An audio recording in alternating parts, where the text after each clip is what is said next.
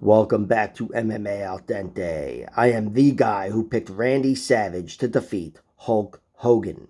And I'm here to talk about Edmen Shahbazyan versus Anthony Fluffy Hernandez, co-main event for the upcoming fight night. And let me say, I'm really looking forward to this fight. I think this fight is almost guaranteed to produce a finish. And I think I said the exact same shit about Anthony Smith versus Johnny Walker, so you probably shouldn't listen to me. But this is definitely a clash of styles, and I think if shit goes well for either guy, I envision a finish.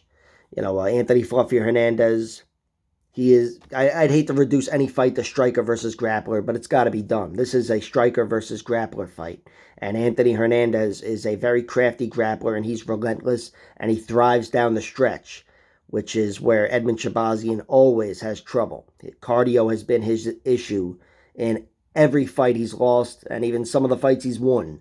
At least one of them anyway. He's definitely a guy where, on paper anyway, if he's first round knockout or bust. So I know he's coming off a second round knockout against Dalcha Lunjambua, but that was in like the 6th minute of the fight. My point is, this is definitely going to be a fight that tests both guys' potential weaknesses. Because Shahbazyan's got the firepower, no doubt, and the kickboxing to give anybody trouble in round one. And Hernandez has been steamrolled once by Kevin Holland. Holland just rocked him with a big knee to the body and then put him down.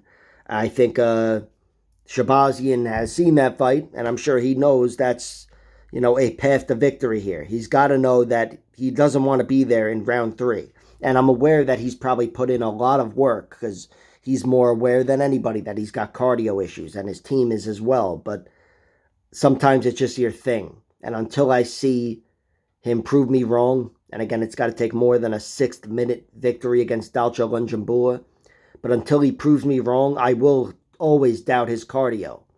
Because it's been the reason, again, for every shitty moment of his.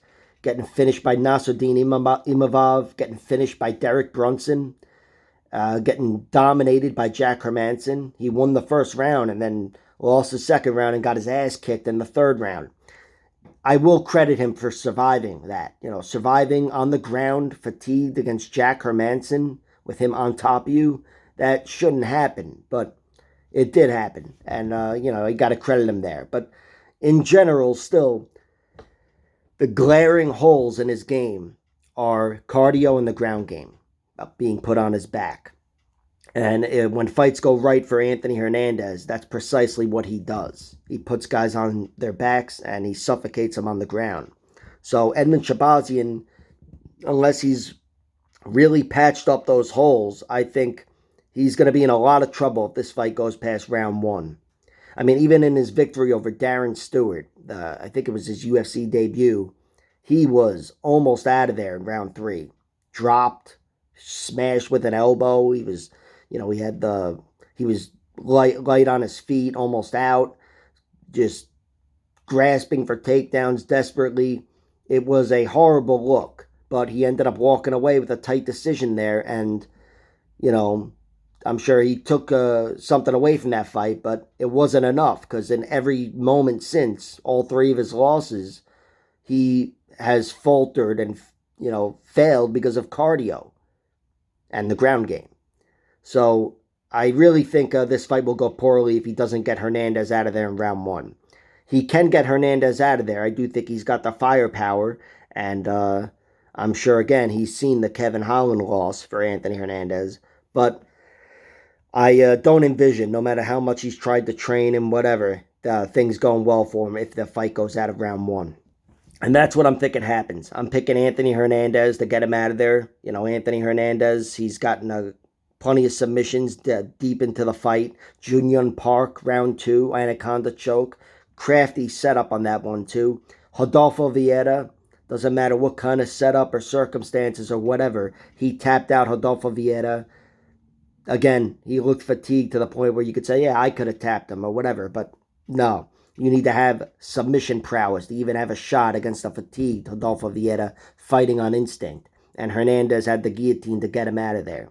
Greatest submission victory in MMA history, by the way. Although not the prettiest submission by any means. In his last fight, Marc-Andre Barrio, he got him out of there in round 3 with an arm triangle choke, another relentless pace. Josh Fremd, the fight before that, Anthony Hernandez, it looked like the fight was starting to turn a little bit in round 2. Josh Fremd had a lot more than I gave him credit for, grappling-wise especially, but Anthony Hernandez took that fight over again in round 3 with a big round 3. He's just a guy that when the going gets tough, he's not going to fade, and I can't say the same about Edmen Shahbazyan. So I think even if Anthony Hernandez has trouble getting this fight to the ground, just getting this fight to round 2 will increase his chances drastically. And I think he takes over this fight, gets a finish deep into the fight. And of course, he has gone 5 rounds against Brendan Allen, the LFA, 5 years ago, and his cardio won him that fight as well. So I really trust Anthony Hernandez down the stretch. I'm not betting on it yet.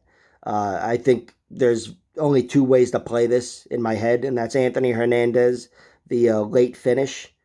Probably submission, but, it depends on what the odds look like as far as getting a finish goes on the ground, because, sometimes the round prop for round 2 is, very close to round 2 submission, and you're better off just playing round 2. But I'm playing Anthony Hernandez late and Edmen Shahbazyan by knockout early. He's plus 200 right now, which, that money line is appealing. But when I know I can isolate his path to victory to one path, I'm just going to wait for that path, which should be much juicier than plus 200.